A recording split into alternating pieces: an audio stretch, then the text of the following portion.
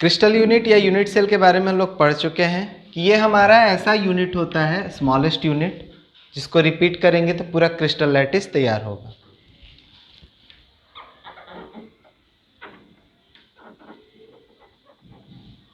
The smallest unit of A crystal which when repeated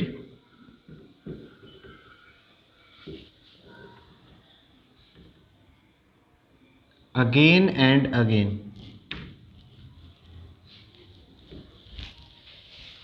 in all possible direction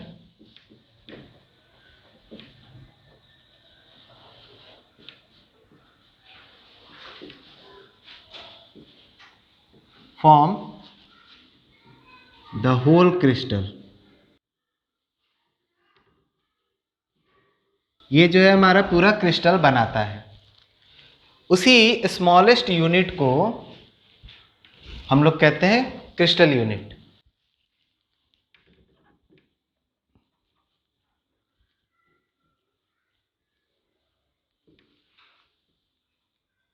crystal unit पे हम लोगों को काफ़ी सारी चीज़ें पढ़नी है, जो इस चैप्टर का सबसे इम्पॉर्टेंट पार्ट है।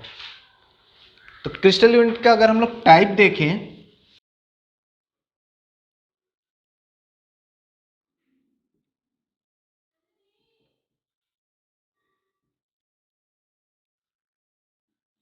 तो इसको कई तरीके से बांटा जा सकता है। क्रिस्टल स्ट्रक्चर के टाइप पर भी बांट सकते हैं, एटॉमिक अरेंजमेंट के हिसाब से बांट सकते हैं, कई तरीके से। तो एक जो क्लासिफिकेशन किया जाता है वो primitive unit cell, non primitive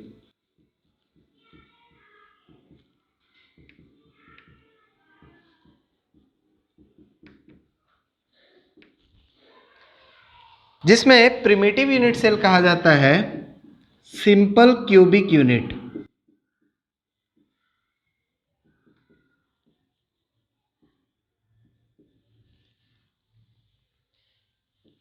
non primitive जो है इसको हम लोग तीन तरीके से बांट सकते हैं। एक हमारा कहा जाएगा बॉडी सेंटर्ड,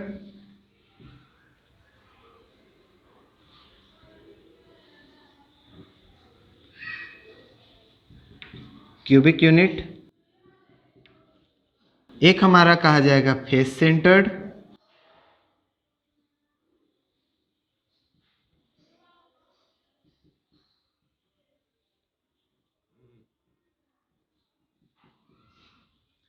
एक हमारा कहा जाता है इंड सेंटर्ड।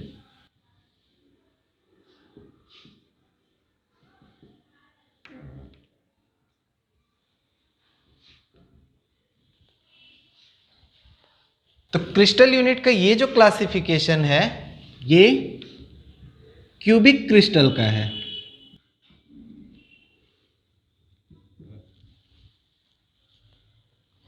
जो क्यूबिक क्रिस्टल है उसको हम लोग दो तरीके से बांट सकते हैं, प्रिमिटिव, नॉन प्रिमिटिव।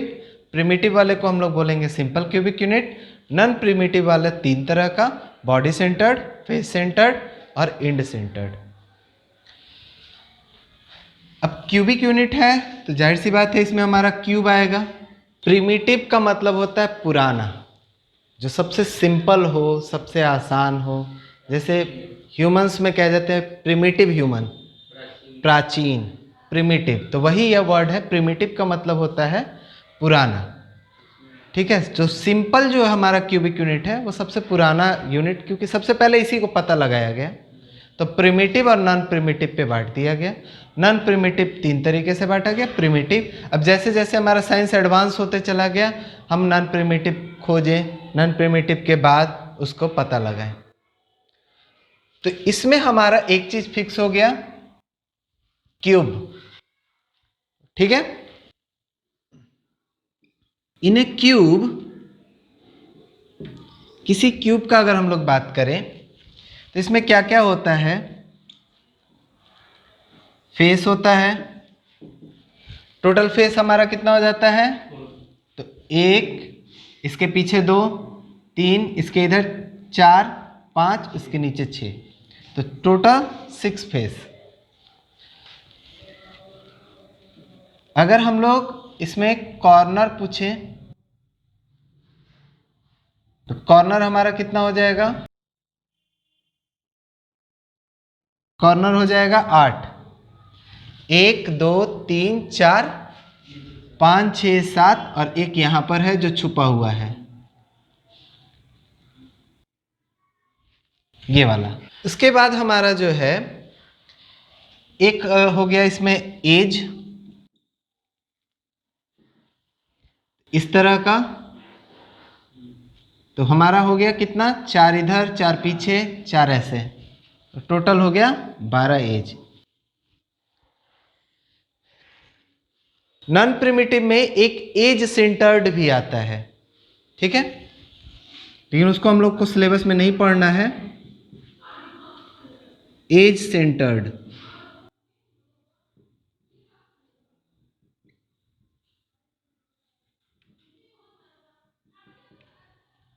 इसको शॉर्ट में SCP,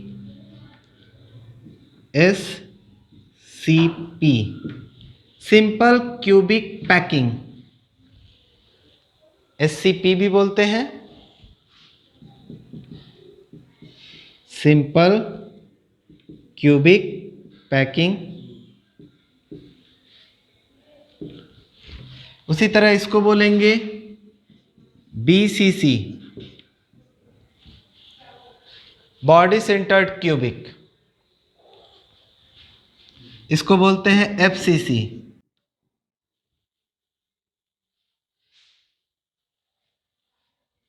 FCC को क्यूबिक क्लोज पैकिंग भी बोलते हैं, CCP। इसको हम लोग ECC बोल सकते हैं। ये हमारा एज है, इस पढ़ना नहीं है, इसको भी शॉर्ट में वैसे ही ECC बोल सकते हैं। तो ये हम लोगों का जो है क्रिस्टल यूनिट है, क्यूबिक क्रिस्टल, जिसमें हमारा सिंपल क्यूबिक यूनिट को सिंपल क्लोज क्यूबिक पैकिंग या सिंपल क्लोज पैकिंग भी बोलते हैं। BCC जो है बॉडी सेंटर्ड क्यूबिक यूनिट या बॉडी सेंटर्ड क्लोज पैकिंग, उसी तरह का इसका नाम हो जाएगा। तो क्लोज पैकिंग वर्ड भी यूज होता है क्यूबिक यूनिट को दिखाने के लिए। क्यूब में हमारे ये सारे टर्म्स हैं, इसके हिसाब से अब हम लोगों को पढ़ना है कि सारे में क्या क्या एटम होगा, कितना एटम ज़रूरत है, साथ ही साथ क्या डेंसिटी होगा, क्या उसका जो है हमारा एग्जाम्पल वगैरह होगा, ये सब पढ़ना है डिटेल, ठीक है। हम लोगों को जो है सारे जो अभी यूनिट सेल पढ़े उन सब पे डिटेल में जो है स्टडी करना है। हम लोगों का पूरा सिलेबस जो है उस पर स्टडी पर है, जिसमें पहला हम लोगों ने लिया simple cubic unit. Simple cubic unit या बाकी जिसमें है पढ़ना क्या क्या है, पैकिंग कैसे होगा, बनेगा कैसे, कितने एटम्स होंगे, डेंसिटी क्या होगा, रेडियस और एज का रिलेशन क्या होगा, ये सब सारे कुछ टर्म्स पढ़ने और एग्जाम्पल्स पढ़ना। तो सिंपल क्यूबिक यूनिट का जो है हम लोगों को स्टडी करना है। तो एक क्यूब बना लेते हैं, ये हमारा कोई क्यूब है। सिंपल क्यूबिक यूनिट सेल हम उसको कहेंगे जो सबसे सिंपल फॉर्मेशन देगा। और सबसे सिंपल फॉर्मेशन में क्या होगा, सिर्फ कॉर्नर पे एटम प्रेजेंट होंगे। जो हमारे यूनिट सेल होंगे उसमें सिर्फ कॉर्नर पे प्रेजेंट होंगे। In this packing atoms, atoms का मतलब वही मॉलिक्यूल, एटम्स, आयंस, तीनों समझना है। Atoms are present at corner of a cube. इसके कॉर्नर पे केवल जो है एटम प्रेजेंट होगा। तो कॉर्नर पे अगर हम एटम बनाएंगे तो कोई एटम ऐसा है जो इसके कॉर्नर पे प्रेजेंट है, like this. In the same manner यहाँ पर सिंपल क्यूबिक यूनिट सेल का जो फॉर्मेशन होता है वो कैसे होगा, तो हम लोगों ने पढ़ा ये वाला अरेंजमेंट,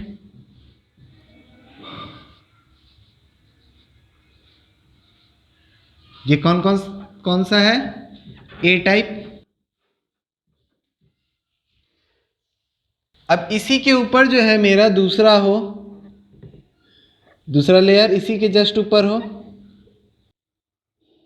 तो हम अगर इस पार्ट को उठाएंगे तो मेरा ये पैकिंग बनेगा, जिसमें हमारा जो है 4 के ऊपर 4 8 एटम जो है वो मिलकर ए टाइप बनाएगा। तो पैकिंग का जो टाइप हो गया वो हो गया ए टाइप। जैसे एग्जांपल के तौर पे अगर हम लोग ये अरेंजमेंट देखें, इसमें हमारा जो पहला लेयर है उसके जस्ट ऊपर लेयर सटा सटा हुआ दूसरा लेयर है, तो ये मेरा ए टाइप हो गया, लाइक दिस। एटम्स जो हैं एक दूसरे से बिल्कुल परपेंडिकुलरली अरेंज्ड रहेंगे, जो अलाइनमेंट पहले का है वही अलाइनमेंट दूसरे का रहेगा।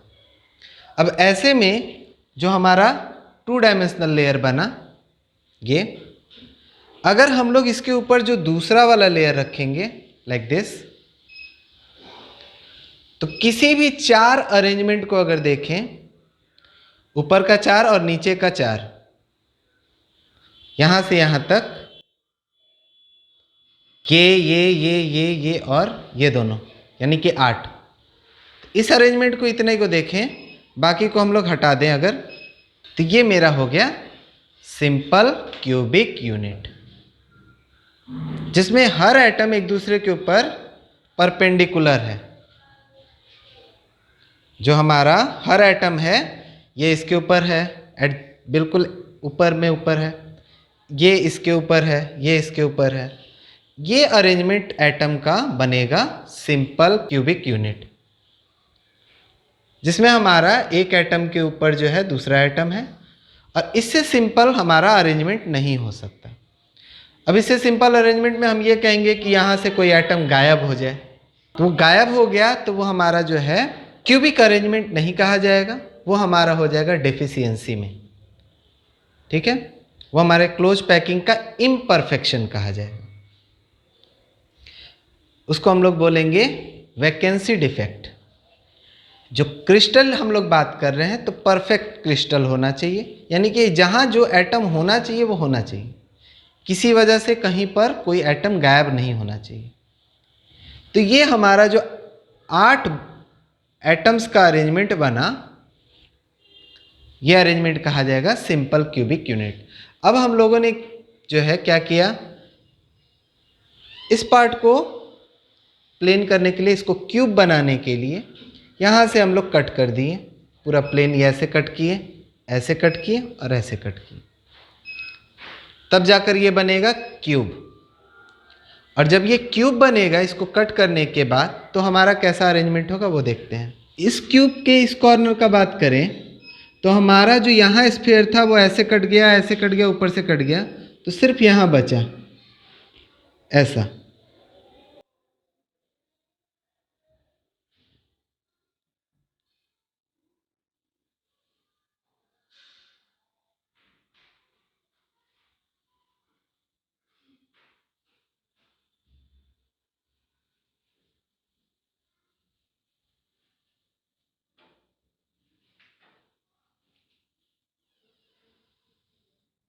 जो भी एज लेना है उसके बीच का पार्ट लेंगे और उसको जोड़ते जाएंगे।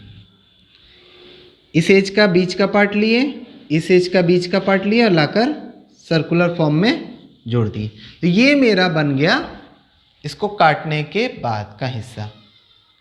अब अगर हम लोग यहाँ पर देखेंगे तो हमारा जो होगा वो 1/8 पार्ट होगा। कॉर्नर पे जब भी कोई भी एटम होगा वो 1/8 पार्ट होगा। कैसे? हम लोगों का पूरा स्फीयर है, स्फीयर को यहाँ से ऐसे काट दिए, तो मेरा यहाँ पे बच गया आधा पार्ट। हम इसको 3 बार काटे हैं, एक बार ऊपर से, एक बार साइड से, एक बार ऐसे। तो जब हम लोगों ने इसको ऐसे काटा तो आधा कट गया, फिर हम लोग इसको ऐसे काट रहे हैं तो ये 1/4 बचा। ठीक है, अभी हम दूसरा हिस्सा काटे हैं, ऐसे कट गया, ऐसे कट गया। अब हम ऐसे काटेंगे, जब इसको जेड एक्सिस के हिसाब से काटेंगे तो मेरा 1/4 का आधा 1/8 आएगा। 3 बार काट रहे हैं, ऊपर का प्लेन बनाने के लिए, फ्रंट का प्लेन बनाने के लिए, साइड का प्लेन बनाने के लिए। तो जब भी काटेंगे वो अपने बचे हुए हिस्से का आधा होता चला जाएगा। ठीक है, तब हमारा अरेंजमेंट कुछ इस तरह का दिखेगा, क्यूबिक यूनिट, जिसमें अगर हर कॉर्नर पे देखा जाए तो पूरे स्फीयर का, पूरे एटम का सिर्फ 1/8 पार्ट है, यहां पर, यहां पर, यहां पर, यहां पर। तो 8 कॉर्नर पे हमारा सिर्फ 1/8 पार्ट है, और वो 1/8 पार्ट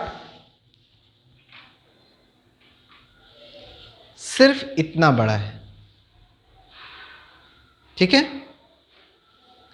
जो हमारा 1/8 पार्ट है वो इतना ही बड़ा है। यही चीज यहां पर है।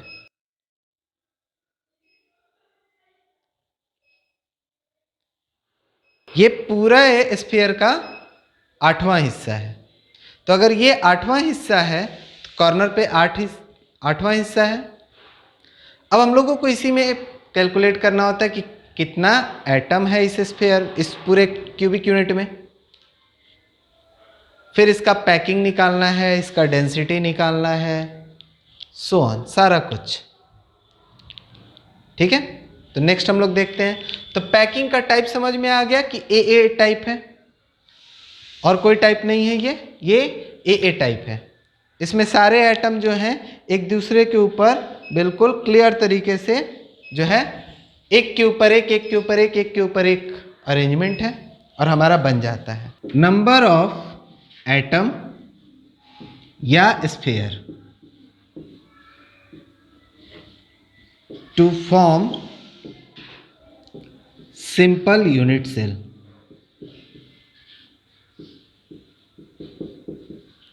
कितने सेल का जरूरत पड़ेगा, यानी कितने एटम का जरूरत पड़ेगा। अगर हमको जो है ये अरेंजमेंट बनाना था तो मुझे कितने जो है बॉल का जरूरत पड़ेगा। हम लोगों ने तो सारा कुछ बॉल से ही बनाया है, तो जाहिर सी बात है यहाँ पर मेरा 1/8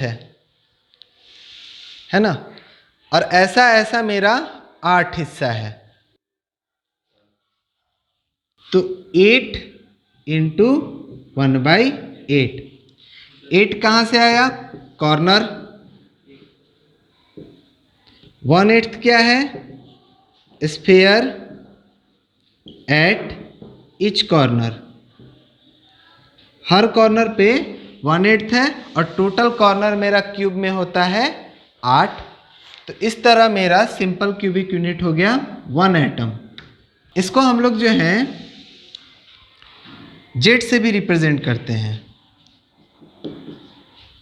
Z for simple cubic packing.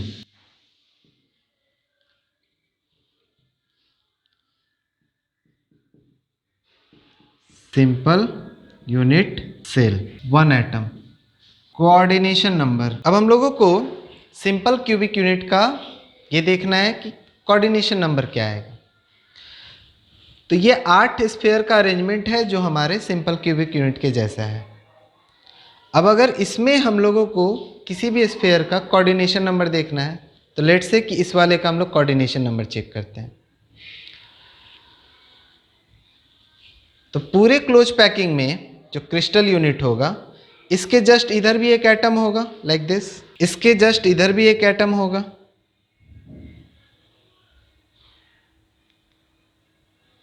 Like this, और एक एटम हमारा ऊपर भी होगा। अगर हम इस पोर्शन का कैलकुलेट करेंगे कोऑर्डिनेशन नंबर, तो क्या आएगा? 1 2 3 4, एक नीचे 5 और एक ऊपर 6। हमारा इसका टच जो है इससे नहीं है, नहीं यहाँ जो होगा एटम उससे होगा, तो इसका कोऑर्डिनेशन नंबर सिर्फ आएगा 6, इस तरह, जिसमें 1 2 3 ये 4, एक नीचे 5 और एक ऊपर 6। तो किसी भी सिंपल जो है यूनिट सेल में जो कोऑर्डिनेशन नंबर होता है वो होता है 6।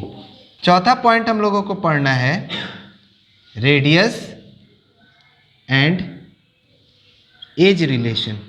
लेट कर लेते हैं। रेडियस ऑफ एटम ये मेरा r है, एज ऑफ क्यूब ये मेरा a है।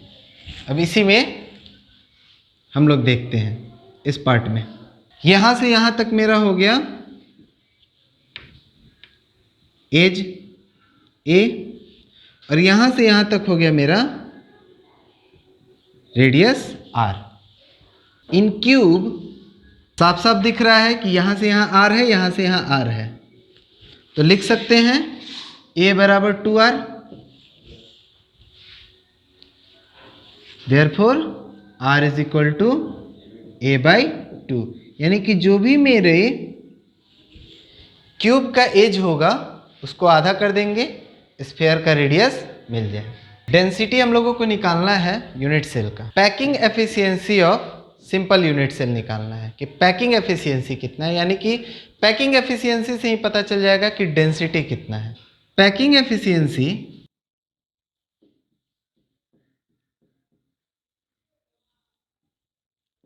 जो होता है वो होता है वॉल्यूम ऑफ स्फीयर या atom by volume of cube into 100, ये हमारा होता है पैकिंग एफिशिएंसी। किसी भी क्यूबिक यूनिट का हम लोगों को जब पैकिंग एफिशिएंसी निकालना है तो करना क्या है, उसमें कितने एटम है उसका वॉल्यूम, पूरा क्यूब का वॉल्यूम कितना है वो इंटू 100। तो packing efficiency simple unit cell, volume of, इसमें हमारा 1 स्फीयर है, सिंपल यूनिट सेल में एक एटम है, तो volume of 1 sphere by volume of cube into 100 हो जाएगा। वॉल्यूम ऑफ स्फीयर हम लोग जानते हैं 4/3 pi r cube, volume of cube जानते हैं एक cube. In simple unit cell हम लोगों ने पढ़ा कि ए जो होता है वो 2r के बराबर होता है, तो हम लोग लिख सकते हैं 4/3, ये हो गया pi into r cube into, अब ए क्यू की जगह पर लिख देंगे 2r, तो 2r का क्यू हो गया 8r क्यू। बचा क्या, पाई बचा, 2 बचा, 3 बचा, इंटू 100 बचा। इसको सिंप्लीफाई करने पर आता है 52.4%। That is in simple unit cell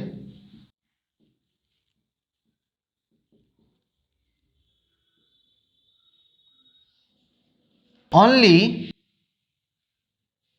52.4% part is packed by atoms या स्फीयर। रेस्ट जो बाकी का पार्ट है, रेस्ट हमारा कितना बच गया 47.6%।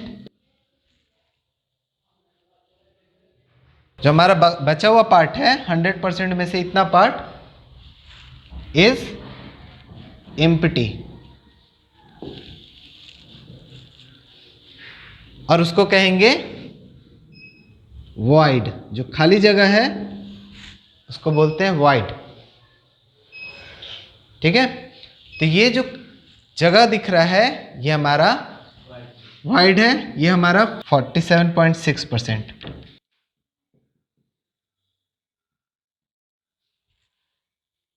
बाकी स्फेयर जो जगह लिया हुआ है वो लिया हुआ है 52.4%। पूरे यूनिट सेल में हमारा जो है लगभग आधा हिस्सा खाली है। So this close packing is generally observed in crystal having very less density. जिसका भी डेंसिटी हमारा कम होता है उसमें हमारा ये क्लोज पैकिंग ऑब्जर्व होता है। तो इस क्लोज पैकिंग में हम लोगों का जो डेंसिटी होता है वो काफ़ी कम होता है। इसमें जो है हमारा सबसे कम डेंसिटी ऑब्जर्व होता है क्योंकि इसका पैकिंग एफिशिएंसी सबसे कम होता है। ठीक है, तो आज के लिए इतना ही। नेक्स्ट क्लास में हम लोग पढ़ेंगे बॉडी सेंटर्ड का और उसमें भी यही सारे टर्म्स हम लोग डिस्कस करेंगे।